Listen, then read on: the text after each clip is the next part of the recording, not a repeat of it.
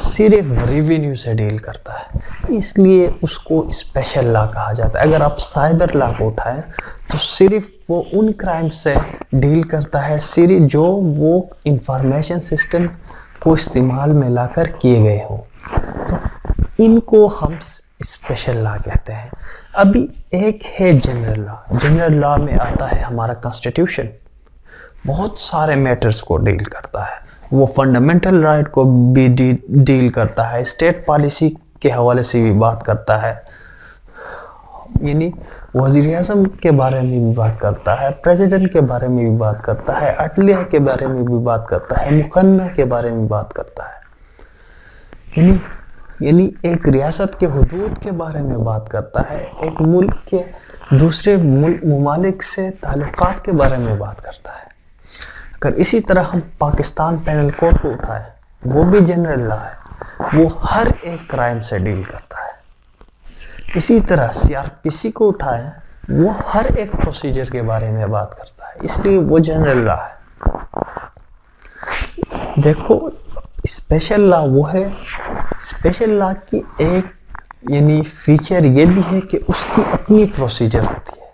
یہ بات ذہن میں رکھیں، اگر کوئی آپ سے پوچھے کہ بھئی اسپیشل لا اور جنرل لا میں کیا فرق ہے، اسپیشل لا کی کیا خوبی ہے؟ اسپیشل لا کی ایک خوبی یہ ہے کہ ہمیشہ اس کی اپنی پروسیجر ہوتی ہے۔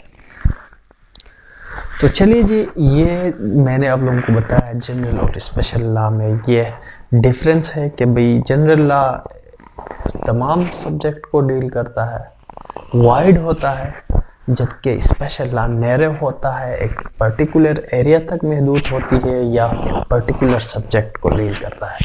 تو چلیے جی، ابھی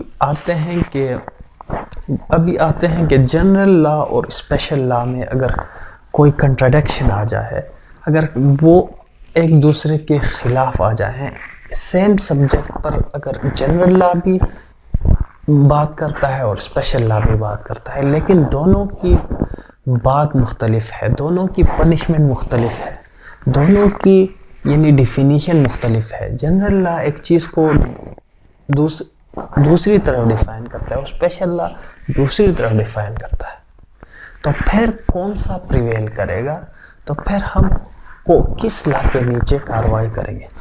دیکھو ایک بات ذہن میں رکھیں، جب بھی کوئی ایسی صورتحال ارائز ہو جاتا ہے جہاں پہ جنرل لا اور اسپیشل لا جو ہے ایک دوسرے کے کنٹراڈکشن میں آتے ہیں، ایک دوسرے کے خلاف آ جاتے ہیں، تو پھر جو لا جو ہے یعنی ریسنٹلی بنا ہے وہ پریویل کرے گا۔ اس کی وجہ یہ ہے کہ جو لا ریسنٹلی بنتا ہے اس کی کوئی وجہ ہوتی ہے، ریزن ہوتی ہے، یعنی اس کو یعنی جو لا ریسنٹلی بنتا ہے اس کو بنانے کا ایک مقصد ہوتا ہے۔ جب اگر اس ریسنٹ لا کو اگر آپ اپلائی نہیں کریں گے تو پھر اس لا کو بنانے کا جو مقصد ہے وائڈ آبجیکٹ وہ فیل ہو جاتا ہے۔ فار ایگزامپل یہ جو بینکنگ لا جو ہے یہ آرڈیننس 2001 میں ہے، اگر ہم اس کو اپلائی نہیں کر کے اگر جنرل لا کو اپلائی کریں گے، سی پی سی کو، وہ تو آیا ہے 1908 میں یا 1896 بس اس طرح کا کوئی ہے، یا ہم اگر 1997 کی اگر آرڈیننس کو اگر ہم اپلائی کریں گے بجائے 2001 کے اس آرڈیننس کو، تو پھر اس آرڈیننس کو بنانے کا جو وائڈ آبجیکٹ تھا وہ فیل ہو جاتا ہے۔ بس اتنا سمجھ لیجیے۔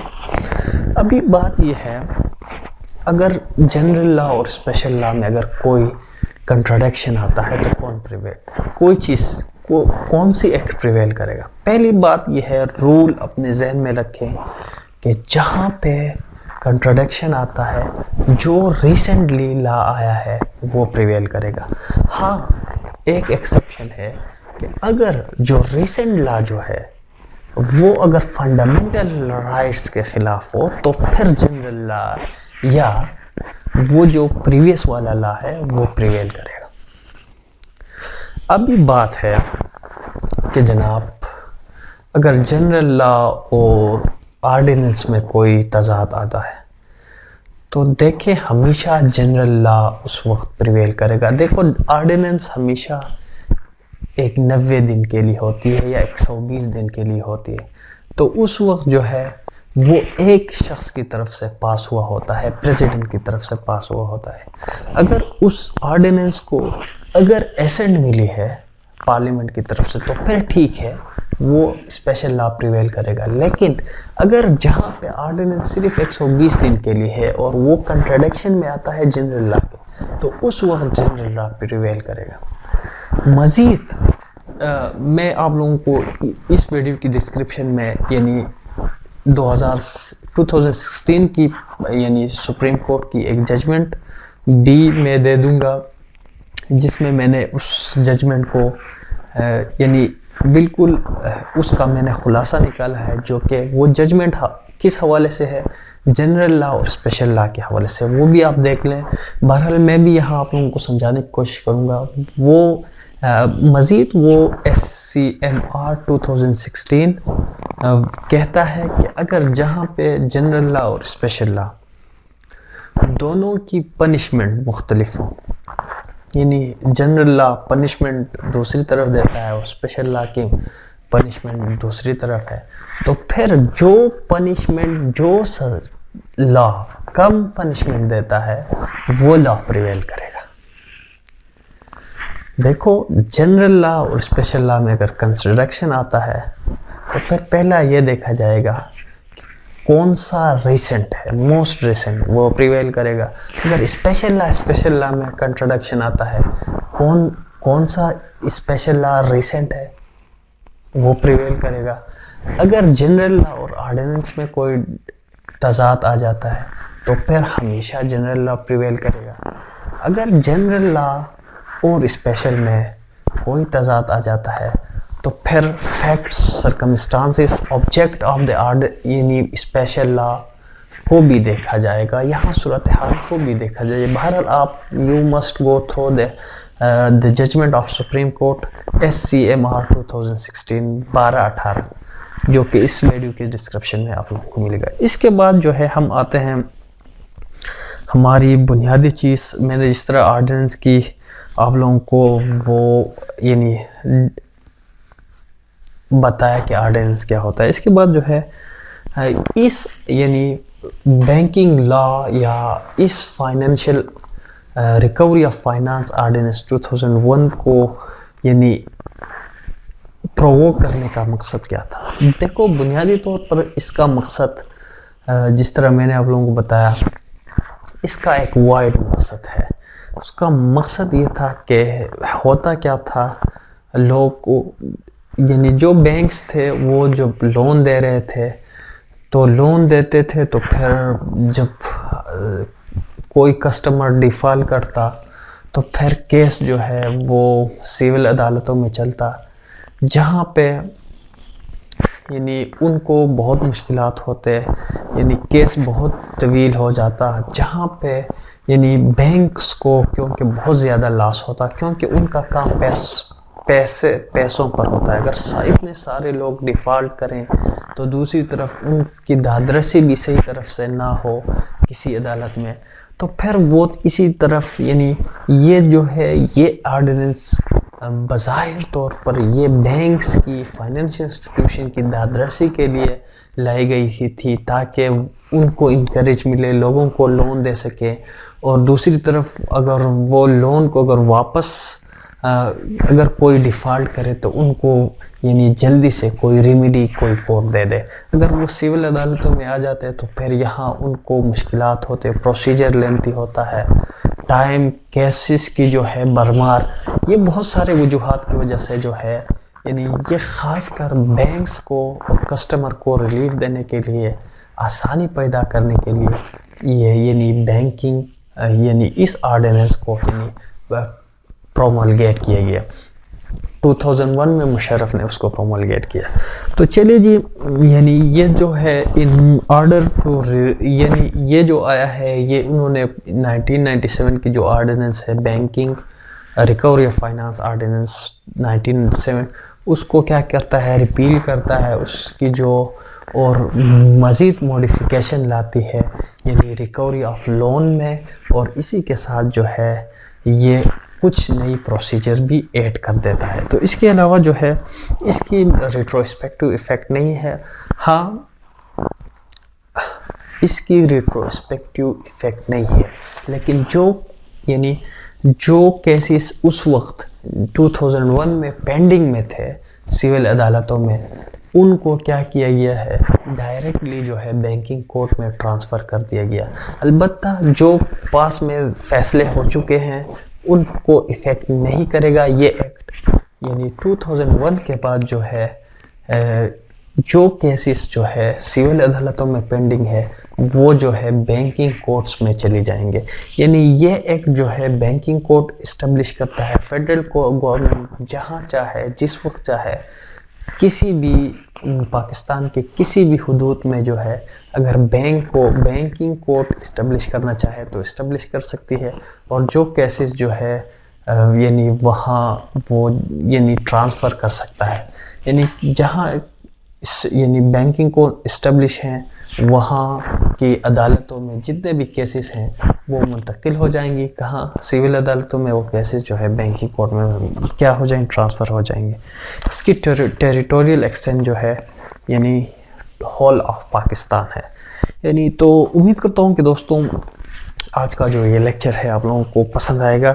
پسند آیا ہے لائک ضرور میرے نہیں ہے، ڈس لائک کر سکتے ہیں، چینل کو ضرور سبسکرائب کریں۔ مجھے اجازت، اپنا بہت سارا خیال رکھیے۔ اللہ حافظ، بائے بائے۔